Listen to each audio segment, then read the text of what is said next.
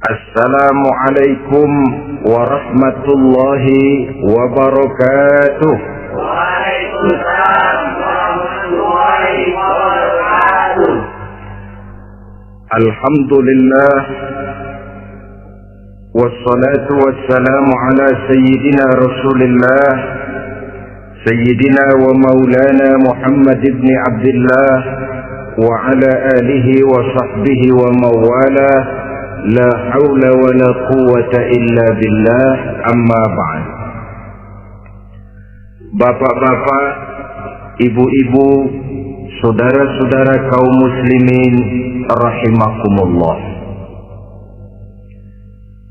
Sudah menjadi keyakinan dalam kehidupan kita bahwa segala yang ada permulaannya tentu akan ada penghabisannya.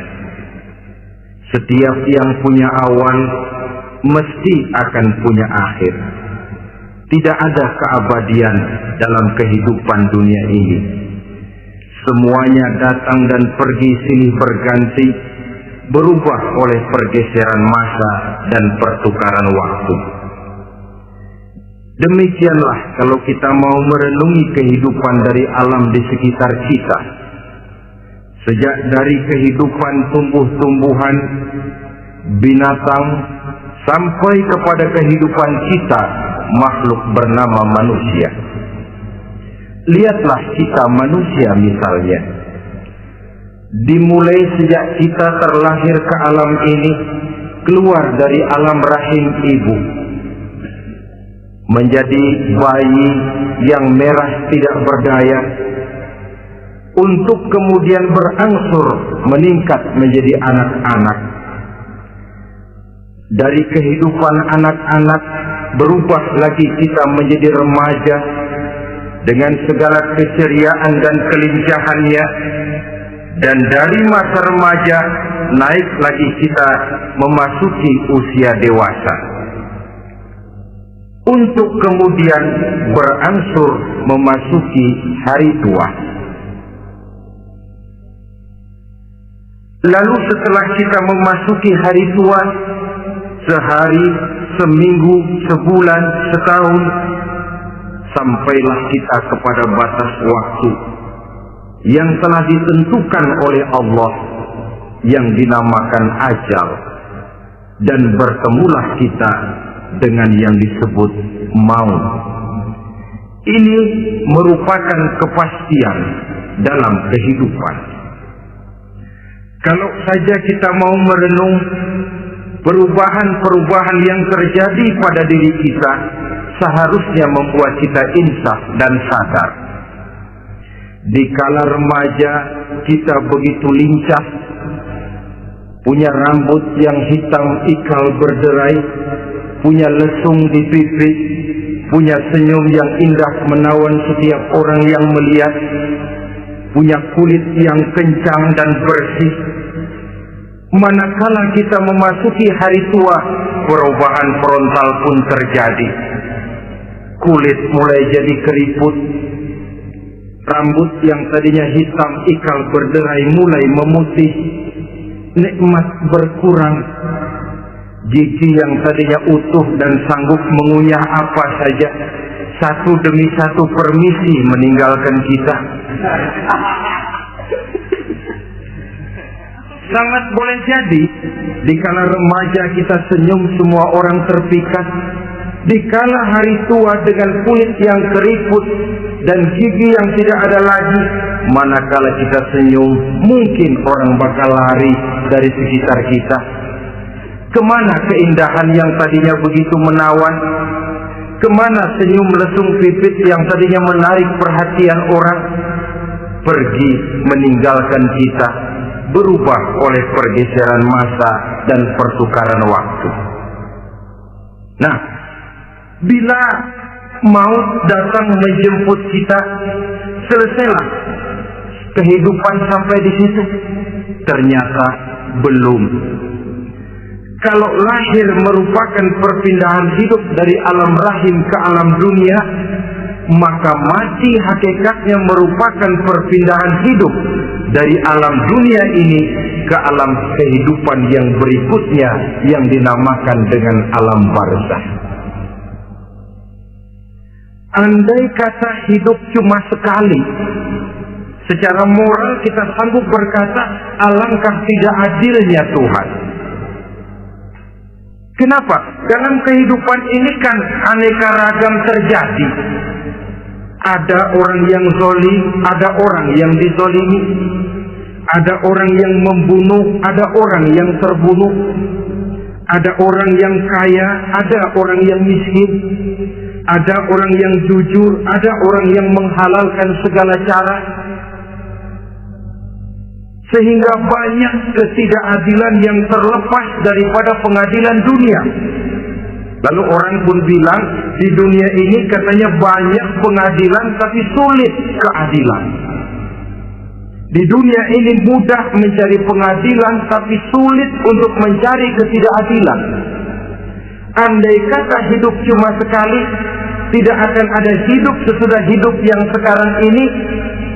Bagaimanakah nasib mereka yang lepas dari pengadilan dunia ini? Alangkah tidak adilnya Allah, andai kata tidak ada kehidupan sesudah hidup yang sekarang. Tentulah akan terjadi di mana orang menghalalkan segala macam cara untuk mencapai tujuan. Yang penting kan saya kaya, yang penting kan saya punya jabatan dan kedudukan tinggi. Kalau perlu jilat atas, jilat atas. Kalau perlu sikut kiri kanan, sikut kiri kanan.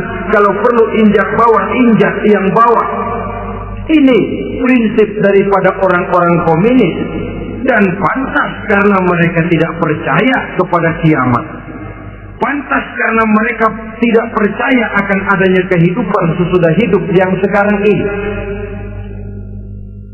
Maka saya menghimbau kepada seluruhnya, kita sudah kadang menyepakati negara ini berdasarkan Pancasila. Kita sudah kadang konsensus bahwa PKI dengan seluruh ajarannya tidak punya hak hidup di bumi Pancasila yang kita cintai ini. Maka salah satu ajaran PKI tujuan menghalalkan cara. Kita orang Indonesia yang berbudi pekerti luhur, yang punya nilai budaya tinggi, janganlah sampai mencaci PKI, membubarkan PKI, mengutuhkan PKI, tapi dalam kehidupan sehari-hari prakteknya prinsip komunis kita pakai. Apa itu? Tujuan menghalalkan cara. Asal sudah tujuan tercapai, cara apapun saja halal. Itu pandangan hidup orang yang tidak percaya kepada adanya hari akhirat. Sebagai muslim yang yakin akhirat ada, kiamat pasti akan datang. Hidup tidak cuma sekali. Maka kalau kita zalim, kalau kita berbuat aniaya, kalau kita melakukan korupsi, kalau kita merugikan orang lain, boleh jadi kita terlepas daripada pengadilan dunia. Tapi ingatlah, kita tidak akan pernah lepas dari pengadilan Allah. Pengadilan Qadhi Rabbul Jalil, di mana kita akan diadili dengan seadil-adilnya. Dan tidak satu perbuatan yang bersifat salah, yang bagaimanapun kecilnya, yang akan lepas dari pengadilan di akhirat itu nanti. Pantas saja kalau satu hari malaikat Jibril datang menasehati Rasulullah Sallallahu Alaihi Wasallam, yang artinya juga menasehati kita semua. Apa kata malaikat Jibril kepada baginda Nabi? Ya Muhammad, isma syi'ta wa innaka mayyitun. Hai Muhammad, hiduplah semau kamu, tapi jangan lupa kamu pasti akan mati. Kalau memang dilarang tidak terlarang, dicegah tidak tercegah, kamu mau melaksanakan hidup menurut maumu sendiri, persilahkan, hiduplah menurut mau dan gayamu. Tapi jangan lupa, fa innaka mayyitun, satu saat kau pasti pasti bakal mati. Dan mati itu bukan akhir dari segalanya. Dia babak baru bagi kehidupan selanjutnya. Silakan hidup menurut maumu, tapi jangan lupa kau pasti akan mati. Wa'mal ma syi'ta fa innaka majziyun bih. Kerjakan apa saja yang kamu mau. Kalau kau mau menghalalkan segala macam cara, persilahkan halalkan segala macam cara. Tapi jangan lupa kau akan mendapat balasan dari seluruh amal perbuatanmu. Wa ahbib ma syi'ta fa innaka mufariquhu. Dan cintailah apa saja yang mau kau cintai. Kau cintai anak istrimu, silahkan. Kau cintai harta bendamu, tafadhal. Kau cintai tanah airmu, kau cintai pangkat dan jabatanmu, persilahkan. Tapi jangan lupa, fa innaka mufariquhu. Kau pasti akan berpisah dan akan meninggalkan segala yang kau cintai itu. Apa artinya ini buat kita? Ternyata sesudah maut datang menjemput kita, ada kehidupan sesudah hidup yang sekarang ini. Ini yang mendorong kita untuk dalam kehidupan di dunia ini tidak melakukan prinsip saenake dhewe,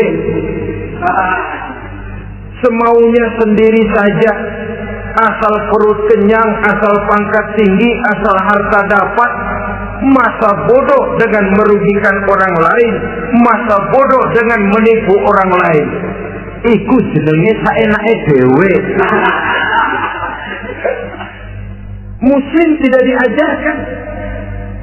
Ingat manusia, setelah kau mati, setelah kiamat datang, kau akan dibangkitkan, kau akan dimintakan pertanggungan jawab tentang kehidupan yang sekarang ini. Saudara hadirin, oleh sebab itu kalau kita bicara soal kiamat, soal akhirat, ini memang masalah yang gaib, yang sepenuhnya tidak bisa dicernakan dengan kemampuan penalaran intelektual. Dasar di dalam membicarakan ini tidak lain adalah iman kita kepada Allah Subhanahu wa ta'ala. Bukan cuma zaman sekarang, dari zamannya Nabi. Orang itu kalau sudah bicara kiamat, bicara akhirat, ada yang ragu-ragu, ada yang menolak sama sekali. Bukan dari zaman sekarang, dari zaman dulu. Pernah kok satu saat Rasulullah itu dakwah menceritakan, saudara-saudara, akan terjadi kiamat di mana Allah akan membangkitkan manusia dari kuburnya untuk memintakan pertanggungan jawab. Ini dalam dakwahnya Nabi pidato macam itu. Apa reaksi orang? Yang beriman ya mantap, tapi yang tidak beriman, bajingan-bajingan Quraisy ini, mereka bertepuk tangan, mengejek, mencaci. Malahan ini yang luar biasa, ada dua orang kafir namanya Ubay bin Ka'ab dan Al-As bin Wa'il. Mendengar pidato macam ini, mereka buru-buru pulang ke rumah. Ngapain? Ngambil pacul. Lalu berangkat nyari kuburan tua. Dia gali itu kuburan. Tulang-tulangnya diangkut, dibawa ke depan Nabi. Ya Muhammad, tulang-tulang yang udah hancur begini, siapa yang bisa hidupin lagi? Yang macam-macam aja kamu Muhammad. Enggak rasional, enggak masuk akal. Allah menjawab. Apa kata Allah? وَضَرَبَ لَنَا مَثَلًا وَنَسِيَ خَلْقَهُ قَالَ مَنْ يُحْيِي الْعِظَامَ وَهِيَ رَمِيمٌ قُلْ يُحْيِيهَا الَّذِي أَنْشَأَهَا أَوَّلَ مَرَّةٍ وَهُوَ بِكُلِّ خَلْقٍ عَلِيمٌ. Mereka memberikan perumpamaan kepada kami, kata Allah. Mereka melupakan asal kejadiannya. Mereka bertanya, siapa yang sanggup menghidupkan tulang belulang yang sudah hancur kayak begini? Qul yuhyiha alladhi ansaaha awwala marrah. Katakan kepada mereka Muhammad, yang akan menghidupkannya adalah Dia yang telah menciptakannya pertama kali dulu. Kalau Dia sanggup menciptakan, Dia tentu lebih sanggup lagi untuk mengembalikan reproduksi ciptaan itu sebagaimana semula. Yang paling kasihan yang ragu-ragu, akhirat itu ada apa enggak sih? Kiamat itu ada apa enggak sih? Lantaran ragu-ragu, terombang-ambing dia antara harapan dan putus asa, antara kenyataan dan idealisme. Ada yang buta sama sekali 100% terhadap keadaan-keadaan sesudah mati. Perhatian mereka hanya tercurah kepada kehidupan sebelum mati. Yang mereka perhatikan siang dan malam tidak lebih daripada urusan perut. Pergi pagi, pulang sore, peras keringat, banting tulang. Cuma soal makan, soal minum, soal pakaian, soal kendaraan, soal rumah tangga, soal anak, soal istri.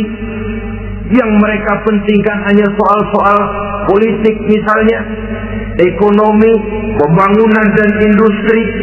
Untuk soal-soal kayak begitu, bias betul, habis seluruh waktu untuk memikirkan, meningkatkan kebudayaan, politik, sosial, ekonomi. Kadang-kadang kurang tidur, kurang istirahat, berkeliaran ke sana kemari ke tempat yang jauh-jauh, sampai kadang-kadang terkena stres, penyakit darah tinggi, ginjal, lever, untuk memikirkan hal-hal yang semata-mata karena dunia saja. Lantas boleh jadi mereka mendapatkan kekayaan yang berlimpah ruah, mendapatkan kedudukan yang tinggi, nama yang semerbak, dikenal orang di barat dan di timur, di utara dan di selatan. Tetapi alangkah kecewanya mereka jikalau datang ajal menjemput nyawa, mati mereka, meninggalkan harta yang banyak, nama yang masyhur. Mereka disebut dengan jasa-jasanya. Radio memberitakan, TV menyiarkan, koran-koran memuat. Bahkan nama mereka kadang-kadang dikenang 2-3 tahun setelah wafatnya. Tetapi dalam pada itu, roh mereka merintih, mengeluh, menderita, karena dilemparkan oleh Allah ke tempat-tempat yang kotor, penyesalan yang sudah tidak akan ada gunanya lagi. Saudara-saudara kaum muslimin rahimakumullah, oleh karena itu kehidupan akhirat bukanlah dongeng dan tahayul, bukan khurafat dan khayalan. Kehidupan akhirat, hari kiamat adalah kebenaran dan kepastian. Dalam surah Al-Hajj ayat ke-7, Allah Subhanahu wa taala menyatakan, wa anna as-sa'ata atiyatun la raiba fiha wa anna Allah yab'atsu man fil qubur. Dan bahwasanya kiamat itu sesungguhnya adalah sesuatu yang pasti dan tidak ada keraguan-raguan lagi di dalamnya. Dan bahwasanya Allah sungguh-sungguh akan membangkitkan manusia dari kuburnya masing-masing. Nah, kalau kita sudah yakin kiamat sesuatu yang pasti adanya, akhirat sesuatu yang pasti adanya, dari mana pembicaraan tentang kiamat ini kita mulai? Tentu dari diri kita. Marilah kita mencoba melihat proses perjalanan hidup ini sampai kita memasuki kiamat. Hadirin, tidak ada makhluk secantik manusia.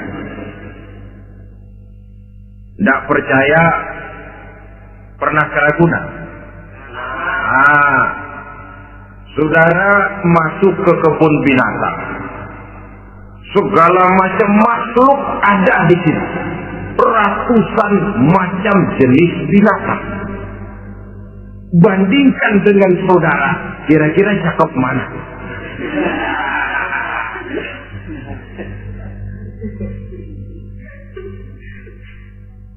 Dari seluruh makhluk yang diciptakan Allah itu, manusia fi ahsani taqwim, dalam bentuk yang paling sempurna, sejak susunan biologis sampai kemampuan berpikir. Biologis kita, ya Allah, diciptakan kita begini rupa, diberikan 2 kaki untuk berjalan, 2 tangan untuk bekerja, diberikan 2 mata, dua-duanya di depan. Pernah saudara mikir kalau mata kita yang satu di depan, yang satu di belakang? Rasanya nggak laku kacamata.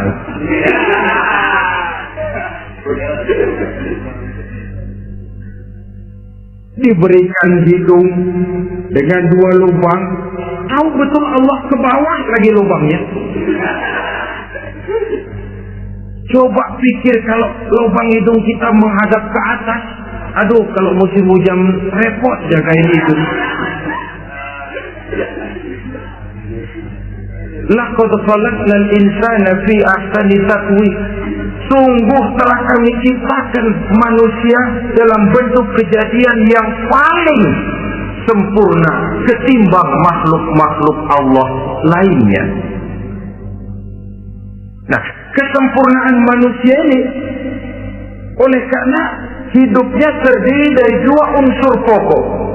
Pertama unsur jasmani dan kedua unsur rohani, jasad dan roh.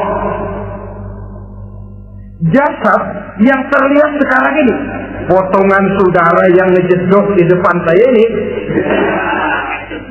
ini jasad saudara.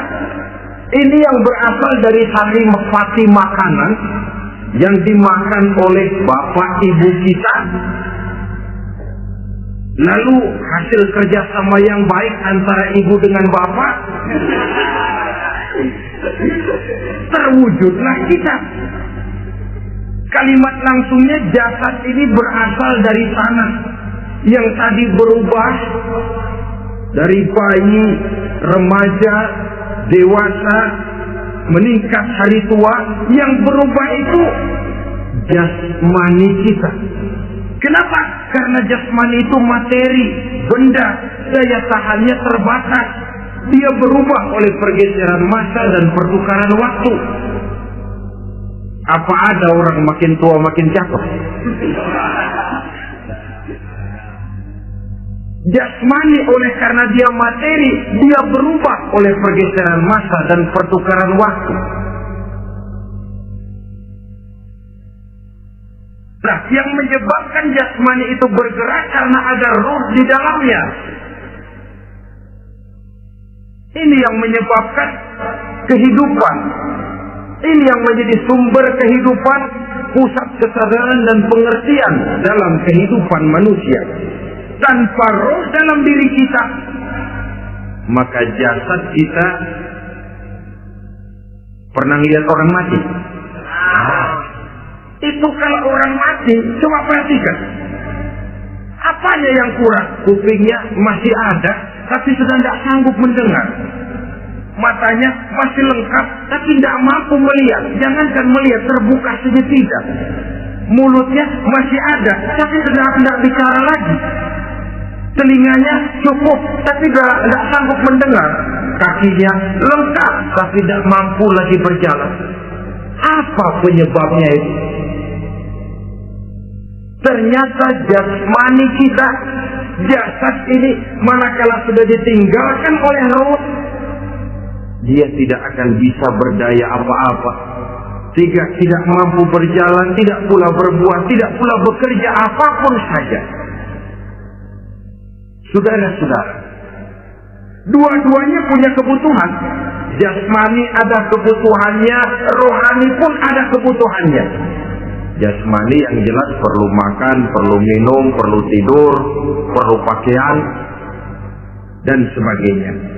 Nah, apabila saat berpisah datang, ajal sampai, berpisahlah roh dan jasad. Dan itulah yang dinamakan dengan maut. Jadi apa sih mati itu? Mati adalah berpisahnya roh dengan jasad. Sebab itu Islam sangat menganjurkan kita untuk banyak-banyak mengingat mati. Bagaimana caranya mengingat mati? Pertama, mati itu kan pasti. Kira-kira yang hadir di sini ada yang nggak mati nggak kira-kira? Semuanya bakal mati kan? Berani?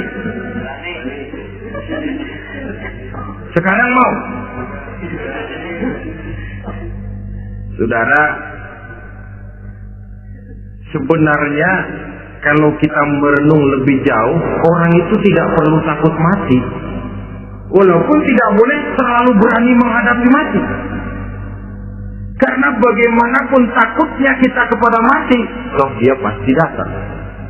Bagaimanapun beraninya kita mati, kalau belum ajal, dia tidak mati juga. Jadi Muslim itu kan harus berani menghadapi hidup dan tidak takut menghadapi mati. Mati adalah sesuatu yang pasti. Muslim dianjurkan banyak-banyak mengingat mati dalam kehidupan. Caranya bagaimana? Pertama, berziarah nengokin teman yang sakit. Ya? Suka nengokin teman yang sakit enggak? Oh, itu pahalanya kata Nabi. Menengok orang yang sedang sakit lebih afdol daripada sholat sunnah 1000 rakaat. Apa pernah saudara sembahyang sunnah sampai 1000 rakaat? Nengokin orang sakit pahalanya lebih afdol daripada itu. Kenapa menengoki orang sakit mengingatkan kita kepada mati? Iya ya, ini teman saya yang kemarin segar banget, bercanda sama saya, ketawa sama-sama, sekarang terbaring tidak berdaya, hilang kemampuannya, hilang keceriaannya, sakit. Iya kalau sembuh, kalau aja, iya sekarang giliran dia, kalau jatuh ke saya. Lalu menghibur teman dengan kata-kata yang enak, yang akan mendatangkan sugesti supaya dia cepat sembuh. Jangan nengokin orang sakit, jujur. Sakit apa lu? Perut. Emang teman gua kemarin sakit begini mati. Wah, itu orang bisa jadi shock. Lantaran etika kita tidak akan sampai ke sana. Menjenguk orang sakit akan mengingatkan kita kepada mati. Apalagi ziarah kubur. Ada yang orang tuanya sudah meninggal? Kalau ada, ya tidak bisa tiap hari, sekurang-kurangnya seminggu sekali, Jumat pagi misalnya, ziarah kita ke kubur. Sehingga kalau kita masuk kubur kan ada etikanya. Assalamualaikum ya ahlal kubur wa inna insyaallahu bikum lahiqun. Hai penduduk kubur, keselamatan bagi kamu dan kami yang masih hidup sekarang ini insyaallah pasti bakal nyusul kamu. Iya, yang kemarin gagah benar sekarang terbaring tanpa daya. Ini unggukan kuburannya. Yang kemarin ada sekarang sudah tidak ada. Kemana dia? Kami satu saat pasti akan begini. Ingat mati. Lalu apalagi yang bisa membuat kita ingat kepada mati? Mengawal jenazah. Bukankah sangat dianjurkan oleh agama? Bahkan kalau bisa sejak mengurusnya, memandikannya, mengkafankannya, menyolatkannya untuk kemudian mengantarnya ke kubur. Hari ini saya antar dia ke kubur, besok boleh jadi saya yang diantar orang. Hari ini saya solatkan dia, besok boleh jadi saya yang disolatkan orang. Hari ini saya masukkan dia ke liang lahat, besok mungkin giliran saya dimasukkan orang ke liang lahat. Ingat mati, tumbuh kesadaran. Lalu daya positifnya dalam kehidupan apa? Nah, saudara-saudara hadirin, orang yang mengingat mati bukan lantas menjadi lemah dalam kehidupan, menjadi putus asa, sedikit semangat, terbentur kesulitan, mudah frustasi. Bukan itu tujuannya kita diperintah mengingat mati.